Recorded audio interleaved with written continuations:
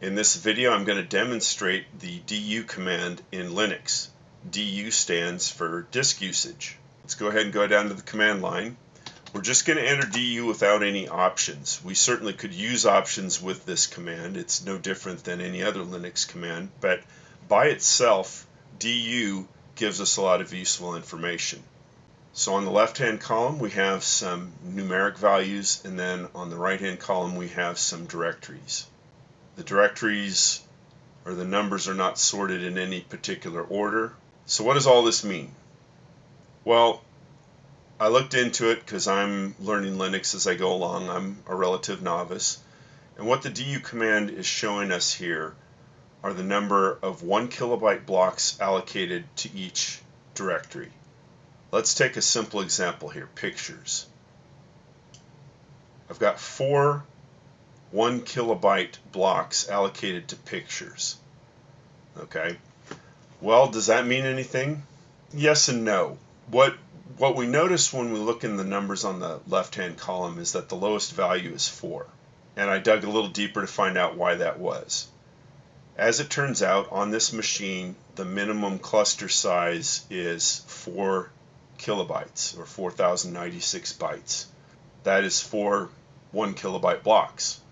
So whatever you do, whether you create a directory or create a file, the very least amount of space it will consume is 4 kilobytes, regardless of how much text is actually in that file or how much content is actually in that directory. So if I go into Nano and I create a text file that has 1 kilobyte of text in it and save it, that's going to use up one cluster of 4 kilobytes, and 3 kilobytes of that cluster will be unused. And not only will it be unused, it will be unavailable. This wasted space in a cluster is known as slack space. And I don't know, I'm not a sysadmin in Linux, but I would imagine that slack space is not necessarily a huge problem, because unless every file fits neatly into multiples of 4K, there's always going to be some slack space. If you had, for example, a 13 kilobyte file, 3 clusters would be used optimally, and then one cluster would have 1K used and then 3 kilobytes of slack space. So you're still, no matter what, you're always going to have some of that. It kind of goes with the territory. It's probably beyond the scope of this video to address whether that's a major problem or not. That's something for a sysadmin to decide and deal with. But I would imagine it's not very high on their list of concerns. What I think would be more likely to be on the list of concerns is if these numbers were really, really large. If you had a folder that was normally, say, 10,000 in number of blocks, and that was typical behavior, it was right around the range of 10,000 from day to day, and then suddenly it's 100,000 or even 1,000,000, that would be cause for alarm. It would be cause for investigation. I'd want to know why that is going on. Do we have a lot of usage? Is the usage legitimate? Is it serve a legitimate business purpose?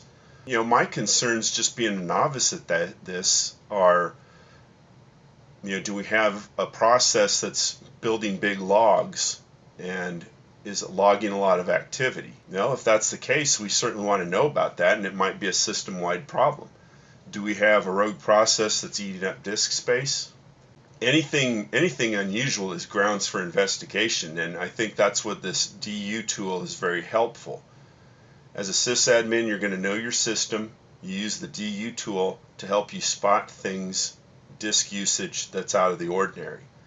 And it's probably better than, say, ls. ls to me is more like the dir command in Windows. I just want to see what the files are in this folder or directory. I want to look at disk usage. I want to look at blocks that are allocated, and I want to look for anything out of the ordinary that is grounds for investigation.